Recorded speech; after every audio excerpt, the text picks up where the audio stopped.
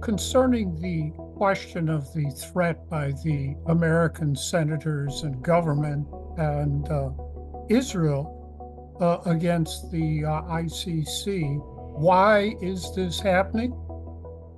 Well, look, you have to understand, this is Zionist dominated and control of the United States Congress and the executive branch of the United States government under both Trump and now Biden. Zionists, money, influence, power, media control, demanding that this be done. I grew up on the south side of Chicago, where Al Capone and his gang of hoodlums came from. Zionists are gangsters. They have a gangster mentality. And that is what we are seeing at work here, a gangster mentality by Zionists in Israel and the United States and their fellow travelers to make sure the ICC does absolutely nothing to prevent the Israeli extermination of the Palestinians in Gaza, and as we speak now in the West Bank as well. The genocide against the Palestinians is now 7 months old, and the ICC prosecutor has done nothing. He's been out to the border there between Egypt and Gaza. He's seen it for himself. He has people there on the scene. He knows exactly what's going on. He's done nothing. He could make a difference here by immediately coming out with indictments of Netanyahu, Gallant, Minister of War, and the Chief of Staff of the Israeli Army, the three of them. Let me say this. In 2009, after Operation Cast Lead, that was a genocidal massacre of the Palestinians that exterminated about 1,500 of them in Gaza, with the full approval of the Bush Jr. administration. I advised Palestinian President Mahmoud Abbas to accept the jurisdiction of the International Criminal Court for Palestine and the Palestinians, which he did. Since that time, 15 years ago, the ICC has not lifted one finger to help the Palestinians. Not one finger. And all the death and destruction that has been inflicted on the Palestinians since 2009 is on the head of the ICC. If they had started prosecuting the highest level officials of the Israeli government in 2009, maybe all of this could have been prevented. Over 40,000 exterminated Palestinians in Gaza. Where is the ICC prosecutor now? He should have prosecuted Netanyahu and Gallant and the Chief of Staff quite some time ago. He still hasn't done it. If he did it now, maybe he could head off this forthcoming massacre in Rafah. But where's the ICC prosecutor? Where's the International Court of Justice? The ICJ has inherent authority right now, if they want to issue an order against Israel to cease and desist.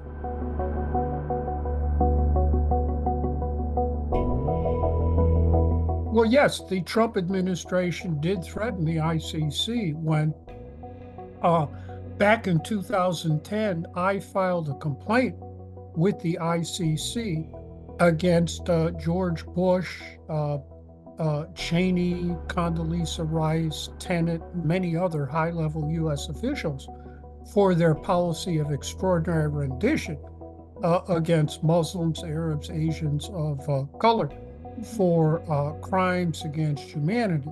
And finally, the previous prosecutor, Bensouda, got permission from the ICC to open an investigation into this extraordinary rendition policy by the United States government. Mm-hmm. What happened then is that the Trump administration adopted sanctions against the ICC prosecutor and everyone affiliated with it, and said they would do the same thing if action was taken against Israel.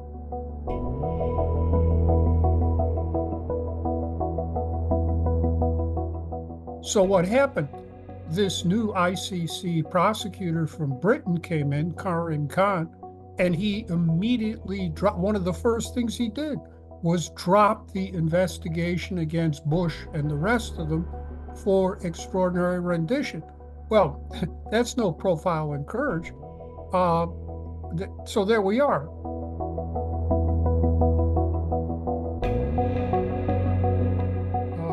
I can't say I'm overly optimistic that the ICC is going to do anything to rescue the Palestinians from outright genocide.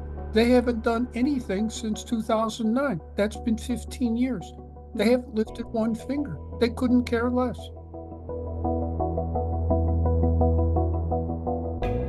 Sure. Well, this is a question of legitimacy, both moral and legal.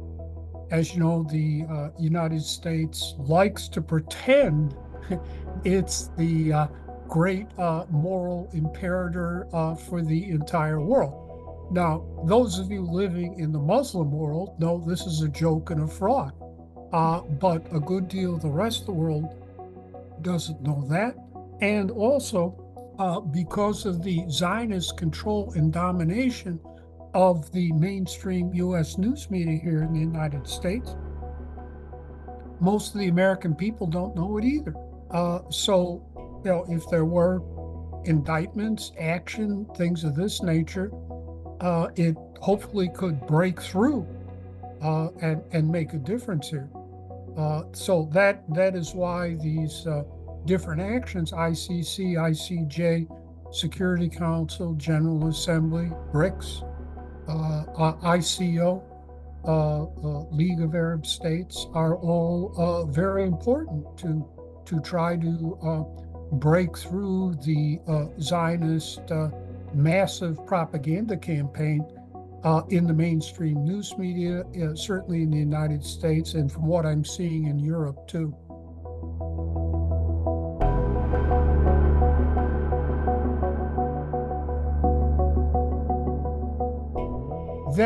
The ICC, the prosecutor, and the staff, as of now, have the blood of 40,000 Palestinians on their hands. They could have stopped this, tried to stop it, and they didn't. As for the International Court of Justice, the so-called World Court, the same is true for them. I condemn them in the strongest terms possible. The Republic of South Africa tried 3 times to get the International Court of Justice to do something meaningful and effective for the Palestinians, and they refused. They refused to order a ceasefire against Israel. And South Africa was courageous, heroic. They won 1 order, they won a decision, and they won a second order. And the World Court refused to order a ceasefire, despite the fact that they ordered Hamas to release the hostages. Well, fine, the hostages should be released, but that's going to require a ceasefire in the first place before the hostages get released.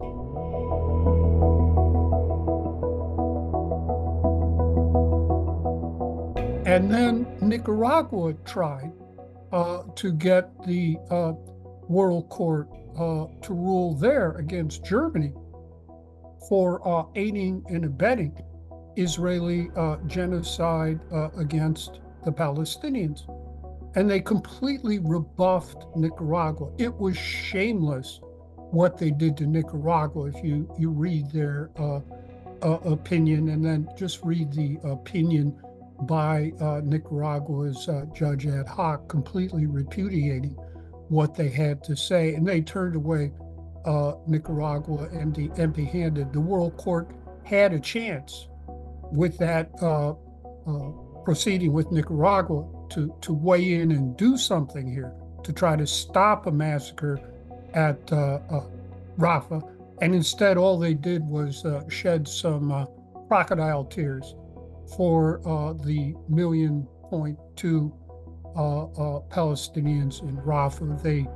They did nothing. The International Court of Justice, those 15 judges up there that rejected Nicaragua, they should all be fired. And the UN General Assembly should investigate them because the UN General Assembly controls their budget. I wouldn't give them a dime after 4 times having a chance to rescue and save the Palestinians, and they refuse. What else can I say? And I say that myself. I've won 3 orders from the International Court of Justice on behalf of the Republic of Bosnia-Herzegovina against Yugoslavia to cease and desist from committing all acts of genocide against the Bosnians. I won the first World Court ever on the Genocide Convention. Then I won a second order. This was the first time ever that any lawyer had won 2 orders in one case before the World Court since it was founded in 1921.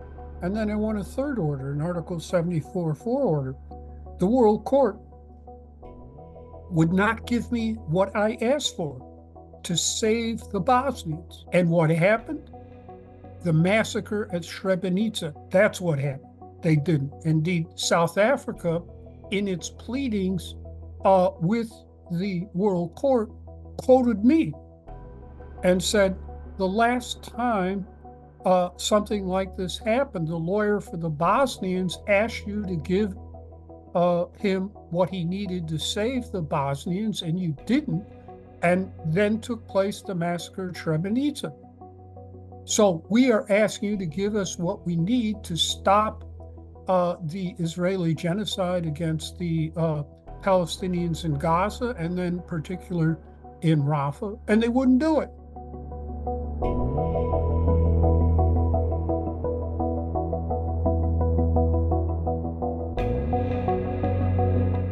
Yes, in the Bosnia genocide case, the final decision on the merits, the World Court belatedly found that the massacre, they put it at 7,500 Bosnian Muslim men and boys at Srebrenica, was genocide. Clearly, if 7,000 Bosnian Muslim men and boys massacred at Srebrenica was genocide, over 40,000 massacred Palestinians at Gaza qualify as genocide. I noticed President Erdogan has instructed the Turkish government to enter the case on behalf of Nicaragua. I think that's applaudable as far as I can see now. The Turkish people and now President Erdogan are doing what they can to save the Palestinians. So I commend President Erdogan and the Turkish people. Keep it up. We have to keep it up. We haven't heard from the ICC. They're doing nothing. We have heard from President Erdogan, but with all due respect to the president, I think we need to hear some more. There are very few leaders out there, world-class leaders like President, that a good deal of the world look up to, the Muslim world certainly, taking a very firm stand here. I know he's finally cut off economic relations with Israel, which is very commendable too. Turkey is a very influential, powerful country, politically, economically, religiously, and otherwise. But there's enormous power here on the other side. I've been up against it myself for many years on behalf of the Palestinians.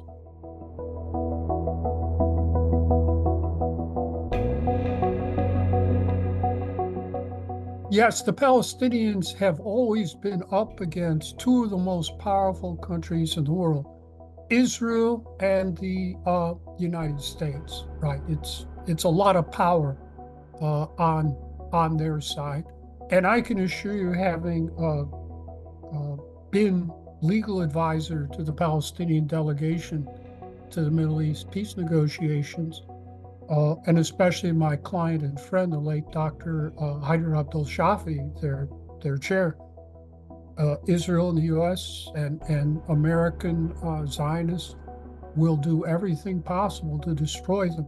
Lie, cheat, blackmail, threats, intimidation, ultimately murder. It was Ariel Sharon who murdered my former client, President Arafat, with the green light from President George Bush Jr.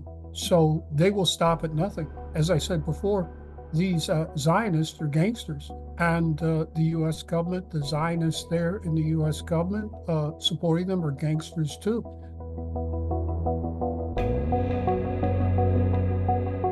Blinken was behind me at Harvard. He worked for Marty Peretz in my government department, where I got my PhD at Harvard. His career at Harvard wasn't going anywhere, so his wife bought out for him the New Republic, and he turned it into a house organ for the Likud party. Diehard neocon Zionist Likudnik, just like Netanyahu. And Blinken worked for Peretz at the New Republic. He's a diehard neocon Zionist Likudnik, just like Netanyahu, and he controls the State House. As for the White House Chief of Staff, Zintz, diehard neocon Zionist. And his predecessor before that, Ron Klain, behind me at Harvard Law School, another diehard neocon Zionist. This is, I'm afraid, what the Palestinians are up against. Turkey is up against this power and force as well.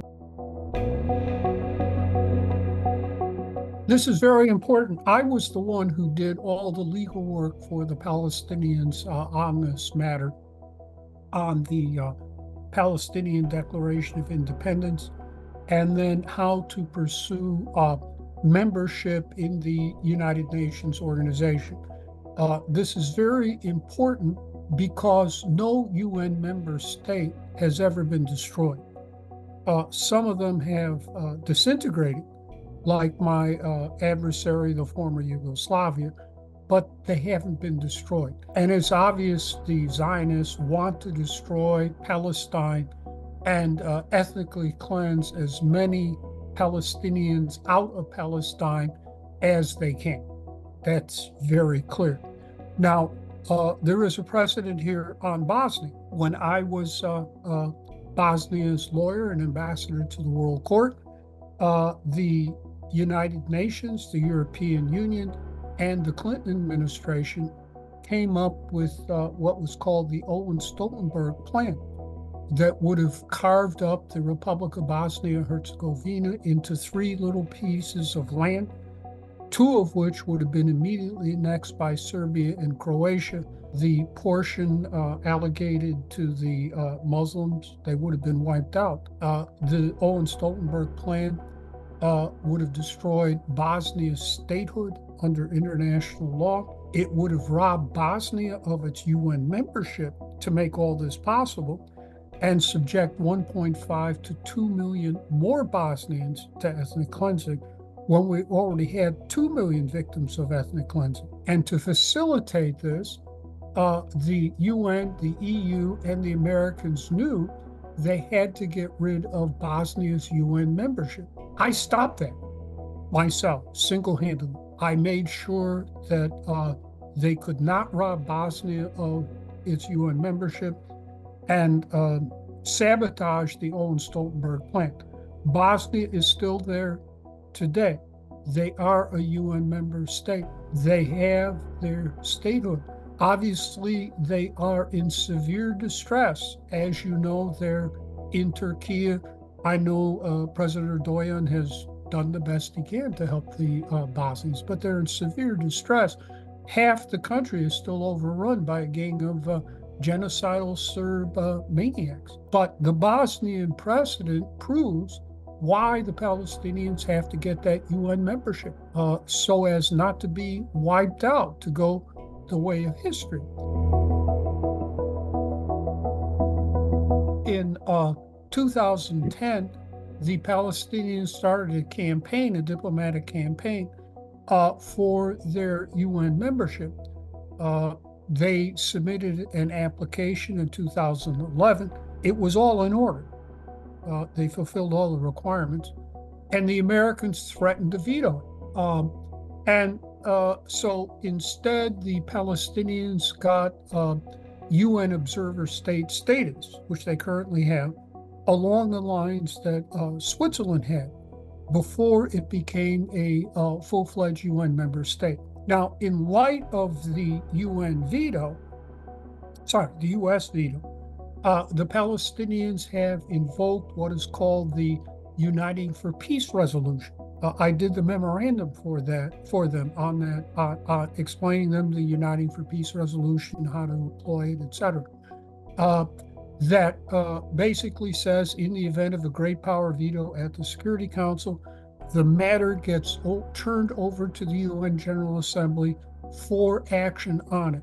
That is the posture we are in today as we speak. The UN General Assembly can admit Palestine as a full-fledged member state at this current Uniting for Peace resolution session. The Palestinians will need 2/3 vote.